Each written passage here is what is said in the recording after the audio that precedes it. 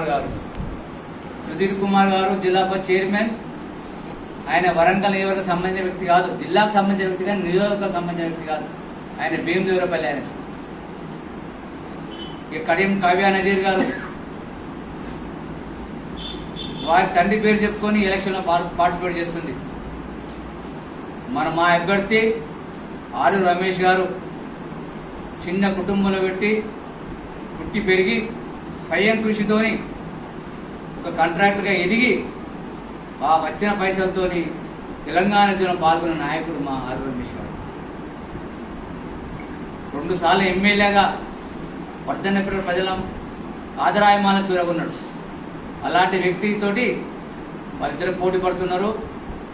BRS సోదిల్నే లేదు, మాకు కాంగ్రెస్కే పోటీ. కాంగ్రెస్ అభ్యర్థిపై మా అభ్యర్థి 2 లక్షల మెజార్టీని గెలవబోతున్నాడు 7 నియోజకవర్గాల లోపల. అందరికి డౌట్ రావచ్చు, సార్ మీ 7 నియోజకవర్గాల మీ అభ్యర్థి లేడు కదా. అదే వండర్ ఈసారి జరుగుతుంది. దానికి కారణం మా మోడీ, మా ప్రధాని మోడీ, అదే మా ఐఎస్ఐ ముద్ర, మా బీజేపీ, మా అమిత్ షా. గత 10 ఏళ్లుగా మేము దేశ ప్రజలకు చేస్తున్న సేవ కావచ్చు, ప్రపంచ పటం లోపల ఆర్థిక వ్యవస్థ లోపల 5వ భాగంలో ఉన్నాం. అతన్ని హేళన చేస్తున్నారు మోడీ గారిని. నీ కుటుంబం మీద అని అడుగుతున్నారు. వారు చక్కగా సమాధానం చెప్పారు, నా కుటుంబం 140 కోట్ల ప్రజలని చెప్పారు మోడీ గారు. అదే ఆయన గొప్పతనం. ఒక వ్యక్తిపై, దేశం గురించి ప్రతి క్షణం తప్పించే ఒక వ్యక్తిపై తోడేల మందలాగా వందలాది ప్రతిపక్ష నాయకులు వెంటబడుతున్నారు. నిజంగా ఆలోచించారు ప్రజలందరూ. మోడీ ఒకవైపు కేజ్రీవాల్, ఒకవైపు మమతా బెనర్జీ, ఒకవైపు లాలూ ప్రసాద్ యాదవ్, శరద్ పవార్, స్టాలిన్, మలయాళం సింగ్ కొడుకు ఆయన పేరు అఖిలేష్ యాదవ్. అరే ఏంటిది? నికార్సైన దేశభక్తులు ఒకవైపు జైల్లోకి వెళ్ళి లంచాలు తిని, ఇంతకుముందు ఒక వ్యక్తి ఇప్పుడు లంచాలు తిని మంచాల మీద అనుకున్నారు సార్ అన్నారు. లంచాలు తిని జైల్లో పోయి వ్యక్తుల వైపు, అంటే వాళ్ళ ఉద్దేశం ఏంటిది? మోడీ గారిని దేశంలోకి వెళ్ళి అధికారులు తప్పిస్తే వాళ్ళు అనుకున్న ఆటలు అవుతాయి, లంచం కూడా విపరీతంగా చేయవచ్చు అని వాళ్ళ ఉద్దేశం కావచ్చు. బాధ అనిపిస్తుంది. అహర్నిశలు కరోనా టైంలో కానీ ఎప్పుడు కానీ రోజు 18 గంటలు పనిచేస్తూ దేశం గురించి ఆలోచించే దేశభక్తుడు మా మోడీ. దేశాన్ని ఎట్లా అస్థిరపరచాలి, ఎట్లా విచ్ఛిన్నం చేయాలనే ప్రతిపక్ష నాయకులు ఒకవైపు. ఒక్కరికి పట్టుమని 20 సీట్లు రావు. కాంగ్రెస్ అధికారంగా అసలు కలగంటున్నారు. కాంగ్రెస్ మెజార్టీ సీట్లు లేని వాళ్ళు పోటీ చేసే 150 సీట్లు ఉన్నాయి. వాళ్ళ అధ్యక్షుడు చెప్తున్నాడు మాకు వస్తే మ్యాక్సిమం 50 సీట్లు వస్తాయి. ఇప్పుడు ఎట్లా పరిపాలిస్తారు దేశాన్ని? పొరపాటున దురస్వస్తే కిచిడి గవర్నమెంట్ అన్నట్టు.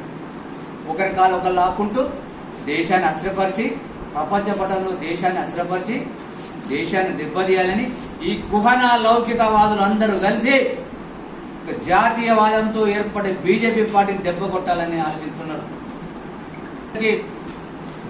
వర్గాలుగా చెల్లిస్తున్నా ఇది ఒక బీజేపీకో ఒక కాంగ్రెస్ జరిగే యుద్ధం కాదు.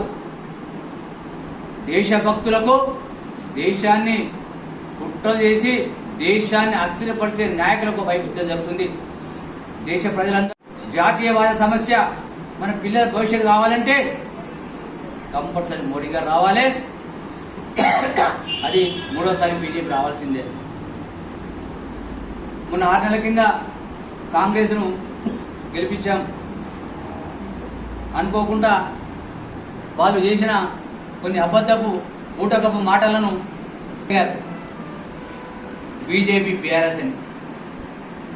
అయినా ఓటర్ దేవుళ్ళని ఒక్కసారి అడుగుతున్నా, పోయింది అసెంబ్లీ ఎలక్షన్స్, ఇప్పుడు జరిగే దేశ ఎన్నికలు.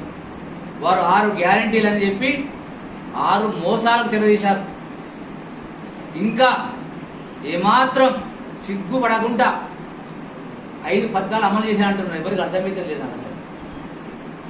దాంట్లో వారు అమలు చేసింది ఒకటే, ఉత్తర భారం ఫ్రీ బస్సు. ఇంతకుముందు సోదరుడు చెప్పినట్టు ఉత్తర భారం ఫ్రీ బస్సు. వాళ్ళకి ఇచ్చేది లేదు, సచ్చేది లేదు. ఆర్టీసీ నిండా వస్తారు. ఇంకొకటి చెప్తున్నా, ఆరోగ్యశ్రీ 10 లక్షలు పెద్ద జోకు. నేను ఐఎంఏ తెలంగాణ స్టేట్ ప్రెసిడెంట్గా మాట్లాడుతున్నా. ఎక్కడ 10 లక్షలు ఇచ్చిందో ఒక్కసారి రాష్ట్ర ఆరోగ్య శాఖ మంత్రి గారు కానీ ముఖ్యమంత్రి కానీ పత్రికాశాలను అడుగుతున్నా. మీరు ప్రొసీజర్ల ప్రైస్ పెంచకు హైక్ చేయకుండా, కొత్త డిసీజ్ ఇన్వాల్వ్ చేయకుండా, అది 10 లక్షలు చేసినా ఒకటే, 10 కోట్లు చేసినా దానికి తేడా లేదు. దయచేసి మీరు తప్పుడు ప్రచారం అనుకోండి.